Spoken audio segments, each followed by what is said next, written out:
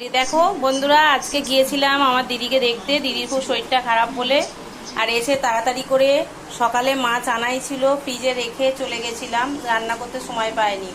তো রাতে এসে দেখো গরম ভাত করে নিলাম। গরম ভাত, একটু ডাল সিদ্ধ, যেহেতু এই যে মেয়েকে দিয়েছি, ডাল সিদ্ধ না হলেও খেতে পারে না, আর ও ডাল সিদ্ধ আর মাছ ভাজা দিয়ে খাবে। দেখতেই পাচ্ছ বাটা মাছ ভাজা 3টে। আর আমাদের করে নিয়েছি দেখো বাটা মাছ আলু দিয়ে করে নিয়েছি, একদম রাতে খাবো তো। এ দেখো পুরো শুকনো শুকনো আলু দিয়ে এই যে 4টে বাটা মাছ রান্না করেছি। দেখতেই পাচ্ছ এই যে আমাদের, এই দেখো 4টে বাটা মাছ রান্না করেছি।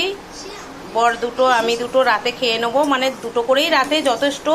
দেখতেই পাচ্ছ মাছগুলো বেশ ভালোই বড় বড় আছে। তো এই দেখো 4টে মাছ, দুজনায় দুটো করে খাবো। আর এখানে মেয়েকে ভাজা দিয়ে দিয়েছি, মেয়ে যা খায় খাবে। ডাল সিদ্ধ দিয়ে দিয়েছি, আর এই যে আমার ভাতও নিয়ে নিয়েছি। এবার মা মেয়ে খাবো। তো চলো শুভরাত্রিটা এখানেই শেষ করা যাক, কালকে আবার শুভ সকাল থেকে শুরু করে দেবো। তো চলো বন্ধুরা, টাটা।